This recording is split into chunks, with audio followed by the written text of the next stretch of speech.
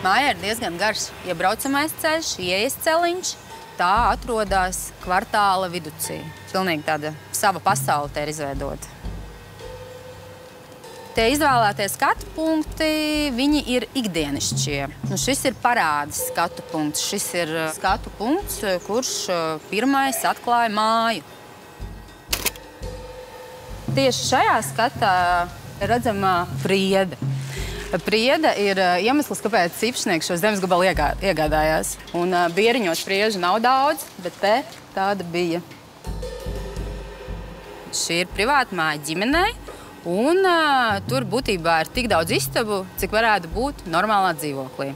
Šodien ar pirmo sanāca uzlikt tā, kā patīk. No šīs vietas var redzēt gandrīz visus mājas apjomus. Jumti veido brīnišķīgu kāpnīti. Mājas īpašnieks šo māju vienreiz nosauca par mūža māju. Tas gan izklausās interesanti. Šajā mājā nav neviena pakāpiena.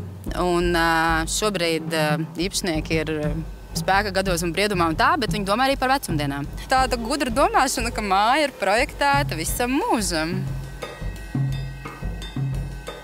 Salikt smuki, labā kompozīcijā logus nav nebūtu tik vienkārši uzdevums. Un ar šādu mūrējumu var dabūt to fasādes kopības sajūtu, bet neielikt īstu logu.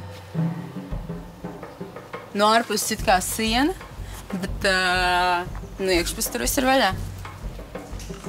Tā bija ļoti smuks. Vienkārši mums fotogrāfs kaut kā viņu nofečēja tā tik labi, ka man ieraudzīja to bildi un likās, ak, Dievs, cik superīgi.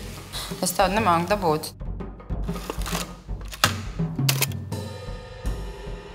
Tas bija tas, kas pirmais, laikam, ko es arī Kristīnai teicu, ka apdars materiāla izvēle es gribētu redzēt baltu ķieģeli un bruģim melnu klinkeru bruģakmeni. Jā, mans skatpunkts ir šeit, pa logu uz pagalmu. Gruntīgs skats. Mēģināšu ieriktēt šeit. Tas ir tas skats, ko es redzu pa logu. Šī ir mana vieta.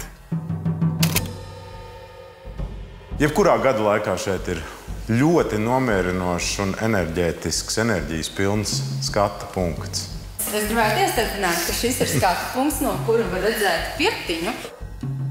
Pirts apjoms ir identisks mazo guļamistabu apjomiem, un tad no šīs vietas var redzēt būtībā šīs mājas arhitektūras valodu.